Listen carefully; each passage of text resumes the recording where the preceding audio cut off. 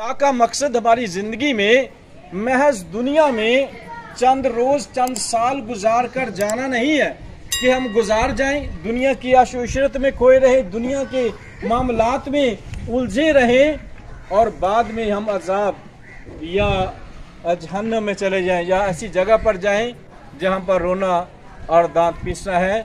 हमारा खुदा हरगिज़ ऐसा नहीं चाहता, बल्कि चाहता है कि हम अबदी ज़िंदगी हासिल करें, ऐसी ज़िंदगी जो कसरत की ज़िंदगी है, जिसमें बेशुमार कसरत है, जिसमें बेशुमार सहूलियात है, जिसमें मौत नहीं, जिसमें दर्द नहीं, गम नहीं, आंसू नहीं, हर एक सहूलियात जिस ज़िंदगी में मौजूद है। हमारा खुदा चाहता है कि हम उस अबदी ज़िंदगी को हासिल कर सकें।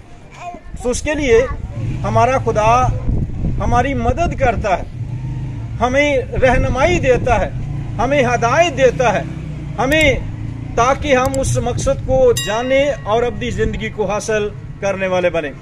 सो आज हम इस कहानी से कलाम मुकद्दस में जो पढ़ी गई है कि अमीर आदमी और गरीब आदमी के ताल्लुक से खुदा की मदद के तरीकों पर गौर करेंगे कि खुदा हमारी कैसे मदद करता है।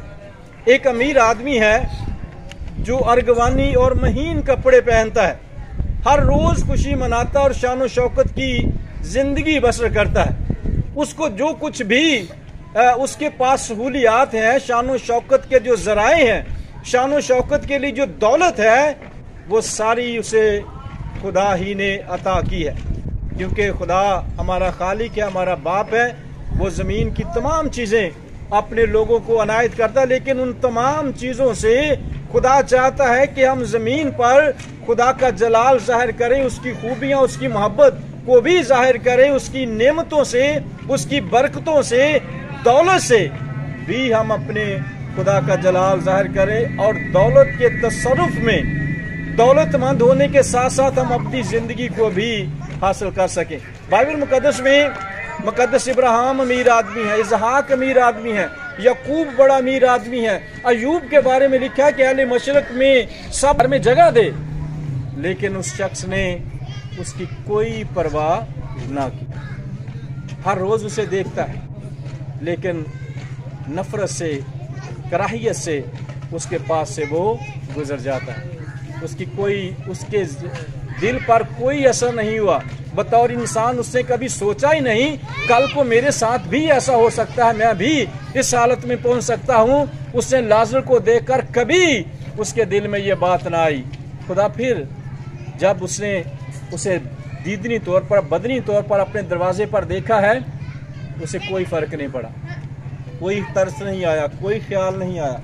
और जब हम किसी पर तरस खाते हैं, जब किसी पर रहम करते हैं, तो खुदा की खूबी हमारे अंदर आती है, क्योंकि खुदा रहीम है, तरस खाने वाला है। जब हमारे दिल में तरस आता तो समझ लें खुदा की खूबी एक आपने काम करना शुरू हो गई है। लेकिन वो पत्थर दिल है, उस पर उस बंदे की हालत का कोई असर ना हुआ, कोई रहम, कोई तरस उसके दिल में नहीं आया कि मेरे पास बेहद दौलत है, हर रोज़ फंक्शन करता हूँ, आए दिन नए नए खाने बनते हैं, मैं इस बंदे की मदद करूँ। लेकिन कोई उसके दिल में बात नहीं। लेकिन खुदा फिर भी इस आदमी को बचाना चाहता है, फिर भी खुदा इसकी हलाकत नहीं चाहता। खुदा ने एक और मश्क उसके सामने, एक और वीडियो उसके सामने चलाई उस आदमी के लिए जो उसके दरवाजे पर पड़ा है। कुत्ते आकर उसके नसूर चाट रहे हैं। जख्मी है बंदा, जख्म बन गए हैं, नसूरों से भरा है, उसके जिस्म के जो जख्म है उनसे पीप और पानी निकलता है, और कुत्ते आकर उसके नसूर चाट रहे हैं। और कुत्ता उसके साथ हमदर्दी कर रहा है। कुत्ते के बारे में कुदरती तौर पर यह है कि जब उसके ज़ख्म होता है तो वो अपनी ज़ुबान से चाट कर अपने ज़ख्म को चंगा कर लेता, ठीक हो जाता है। कि खुदा ने उसकी ज़ुबान में ऐसा एंटीबायोटिक रखा है कि अपने ज़ख्म को वो चाट कर ही ठीक कर लेता है। तो वो उस तरह से उस बंदे के ज़ख्मों को चाटता है, नसूरों को, ताकि वो दुरुस्त या ठीक हो जाए। लेकिन उस बंदे पर फिर भी असर नहीं हुआ कि जानवर इस बंदे के साथ हमदर्दी का इजहार कर रहे हैं, लेकिन उसके दिल में उसके लिए कोई बात नहीं। और जब इतने चांस हमारा खुदा हमें अबदी ज़िंदगी के दे तो हम सारे ज़ाया कर दें, तो फिर अंजाम अजाब है, अंजाम हलाकत है, अंजाम फिर उसी जगह पर जाना है जहां वो आग में तड़प कर कहता है क्या बाप इब्राहिम लाजर को बेच के अपनी उंगली का सिरा डिबोकर मेरी जुबान को तर कर। वो शख्स जो उसके दरवाजे पर जमीन पर पड़ा था कभी उस पर नजर नहीं की। आज मुश्किल में मुसीबत में उसी बंदे के बारे में कह रहे किसी को बेच कि अपनी जुबान का सिरा डिबोकर मेरी जुबान को तर करे। तो खुदा ने कहा कि अब ऐसा मुमकिन नहीं। मरने के बाद फिर कोई किसी की ना बात सुनी जाएगी, ना किसी पर रहम किया जाएगा, ना किसी पर तरस खाया जाएगा, ना किसी की मदद की जाएगी। जमीन पर खुदा मदद करता है, बेहद मदद करता है। हमारी जिंदगी के आखिरी दिन तक हमारा खुदा हमारी मदद के लिए बहुत सी बातें हमारे सामने लाता है ताकि हम अपनी जिंदगी को हासिल कर सके। इब्राहिम की गोद आराम की जगह हमें मिल सके, लेकिन जब हम जाया कर देते हैं तो फिर उसके बाद आसमान पर किसी तरह से भी कोई बात हमारी मानी और सुनी नहीं जाएगी। जैसे समीर आदमी ने कहा तो खुदा ने कहा तुम्हारे और हमारे दरमियान एक गड़ा वाक़, अब ना कोई उधर से इधर और ना कोई इधर से उधर आ सकता है। अब तेरे सारे चांस खत्म हो चुके हैं। तू अपनी जिंदगी में अच्छी चीजें, घर में बहुत बड़ी टेस्ट और बहुत बड़ा आजमाइश। जैसे उस बंदे के लिए खुदा ने हमारी मदद के लिए, वो हमारी मदद उसके जरिए खुदा करना चाहता है, हमें सिखाना चाहता है, हमें उससे सीखने की जरूरत है। सो हमारी जिंदगी का मकसद इस जमीन पर जो खुदा ने तय किया है वो अपनी जिंदगी को हासिल करना है। लिहाजा हमें अपनी जिंदगी के लिए हर वक्त मोहतात रहना, हर वक्त इन बातों को पर गौर करना है। आज मेरे साथ जो कुछ हुआ उसमें खुदा का क्या सबक है, उसमें खुदा हमें क्या समझाना चाहता है, क्या दिखाना चाहता है, हमें उनको समझने और उन पर गौर करने की ज़रूरत है। सो मसीह मर्जिदो, इस दुनिया में हमारे आने में ऐसा नहीं कि बस हमने आना है, दुनिया में फंसे रहना, काम काज करने हैं और बस चले जाना है। उस मकसद के लिए ज़िंदगी बसर करनी है जिसके लिए खुदा ने हमें इस ज़मीन पर भेजा कि हम इस दुनिया से जाएं, खुशी के साथ जाएं कि हमने अपने लिए अपनी ज़िंदगी को हासिल कर लिया है। मुकद्दस पौलुस रसूल कहता है कि जीना मेरे लिए मसीह और मरना नफ़ा है। उसने अपनी ज़िंदगी में खुदा के मकसद को जाना कि अब मैं ज़िंदा नहीं रहा बल्कि मसीह मुझ में ज़िंदा है। हमारी ज़िंदगी का ईमान का मकसद कि अब हम ज़िंदा नहीं बल्कि खुदा हम में ज़िंदा है, अपनी ज़िंदगी को हासिल करें। उसने कहा कि मैं अच्छी कुश्ती लड़ चुका, मैंने अच्छी ज़िंदगी बसर कर ली है, मैंने दौड़ को ख़त्म कर लिया, मैंने ईमान को महफूज रखा और मेरे लिए रास्तबाजी का ताज भी आसमान पर तैयार है। ऐसे जाएं, ऐसे ज़िंदगी गुजारें कि यकीन हो, महकम यकीन हो कि हमने इस ज़मीन पर अपनी ज़िंदगी को कमा लिया है। सो मसीह मर्जिदो, हम इस ज़मीन पर अपनी ज़िंदगी के वारिस हैं। हमने वारिस रहकर ज़िंदगी गुजारनी है, ईमान पर ज़िंदगी गुजारनी है और अपने खुदा का जलाल ज़ाहिर करना। जिस भी हालत में हो, हमें चांस जब खुदा दे, मदद करे तो हमें उसको हासिल करने की ज़रूरत है। कोई गरीब है, कोई लाचार है, मजबूर है, घर में है, घर से बाहर है, हमें उसको देखकर बहुत कुछ समझने की ज़रूरत है कि समझें कि हमारे लिए ये खुदा की तरफ से एक मदद है। हमने उससे सबक सीखना है ताकि अपनी ज़िंदगी को हासिल कर सके।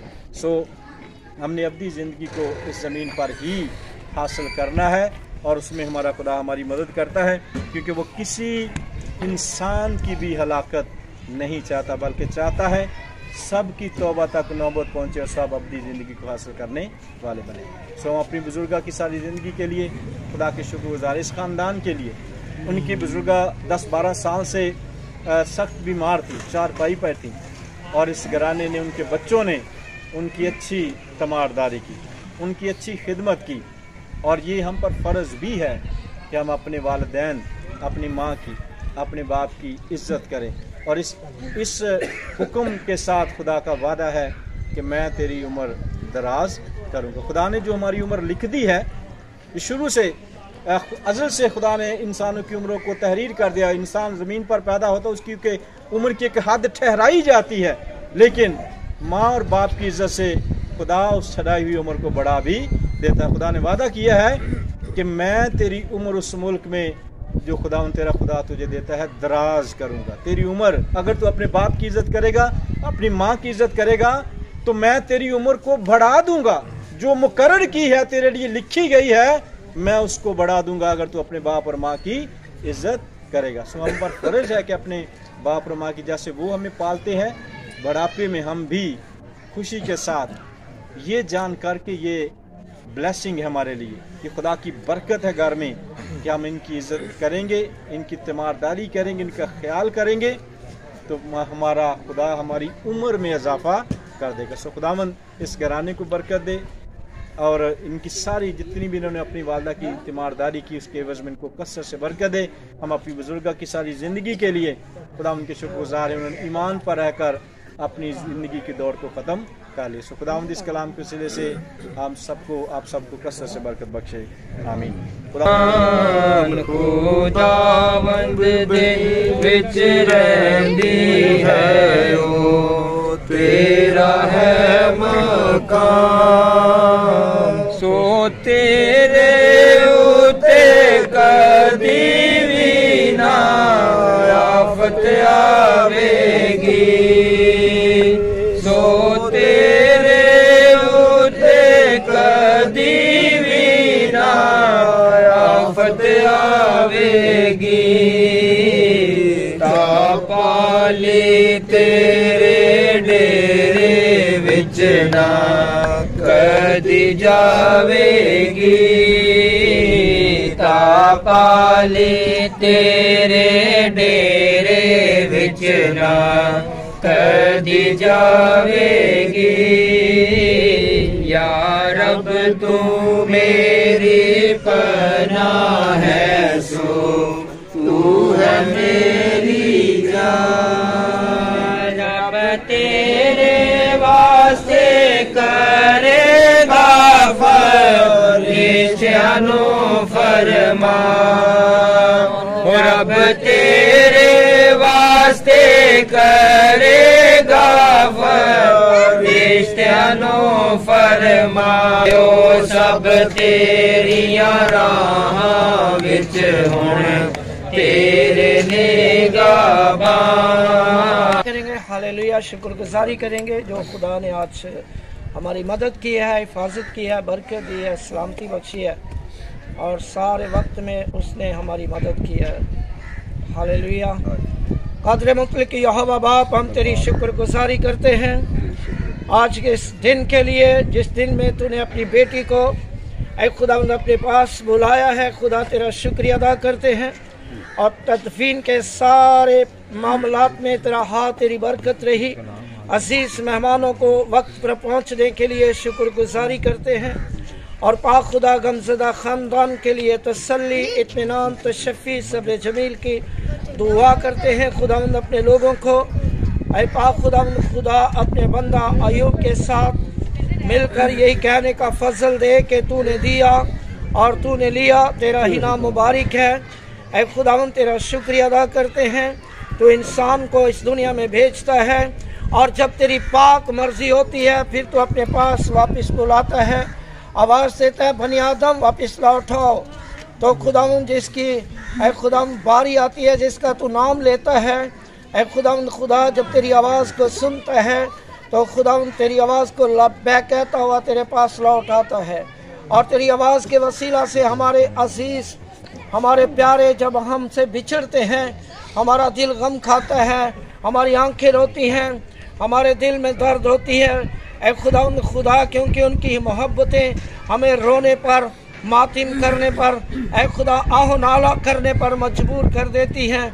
ऐ खुदावंद गुजरे वक्त याद आते हैं, और फिर भी ऐसे ही वक्त में ऐ बाप तेरे बेटे यीशु मसीह का कलाम हमारे पास आता है, जो हमें तसल्ली देता है और फरमाता है, आए मेरे बच्चों तुम्हारा दिल ना घबराए, तुम खुदा पर ईमान रखते हो, मुझ पर भी ईमान रखो, क्योंकि मेरे बाप के घर में बहुत सारे मकान हैं, अगर ना होते तो मैं तुमसे कह देता मैं आऊँगा और फिर तुम्हें अपने साथ ले लूँगा, और जहाँ मैं रहूँगा वहाँ तुम भी रहोगे। ऐ खुदा इस बड़ी तसल्ली के लिए शुक्रगुजारी करते हैं। ऐ खुदा फजल बख्श दे, ऐ खुदा ऐ पाक खुदा हम भी अपनी मौत को याद रखें, क्योंकि एक दिन हमने भी इसी तरह जैसे आज हमारी बुजुर्ग बहन इस ख़ानदान से, इस इलाके से, मुल्क से खुदा इस दुनिया से चल बसी, एक दिन हमारी बारी भी आएगी, हमने भी जाना है, हमको भी तेरी आवाज़ ऐ खुदा हमारे कानों में जब पड़ेगी तो हम भी तेरे पास लौट आएंगे। खुदा फजल दे कि हम जीते जी तुझे राज़ी और खुश करें और खुदा तेरे खौफ में ज़िंदगी बसर करें और दूसरों के लिए नमूना बने। और खुदा तेरी शुक्रगुजारी मैं ख़ानदान के लिए तसल्ली तशफ़ी सब्र जमील की दुआ करता हूँ। अपने लोगों को बड़ी तसल्ली देना और इत्मीनान देना ताकि तेरा नाम जलाल पाए। मांगते हैं बाप तेरे बेटे यीशु मसीह के नाम में, आमीन आमीन। खुदावन ने सिखाया ऐ हमारे बाप जो आसमान पर है, तेरा नाम पाक माना जाए, तेरी बादशाहत आए, तेरी मर्जी जैसे आसमान पर पूरी होती है ज़मीन पर भी हो। हमारे रोज़ की रोटी आज जिस दिन अपने कसूरों को माफ़ करते हैं तो भी हमारे कसूर माफ़ कर, हमें आजमाइश में न डाल बल्कि बुराई से बचा। बादशाह कुदरत जलाल हमेशा तेरे हैं। अब हमारे खुदावंद यीशु मसीह का फजल, खुदा बाप की मोहब्बत, रूल कुदस की रफ़ाकत और शराकत तमाम कसीन के साथ अब से लेके हमेशा तक होती रहे, आमीन। खुदा बाप और बेटे और रूल कुदस के नाम, आमीन।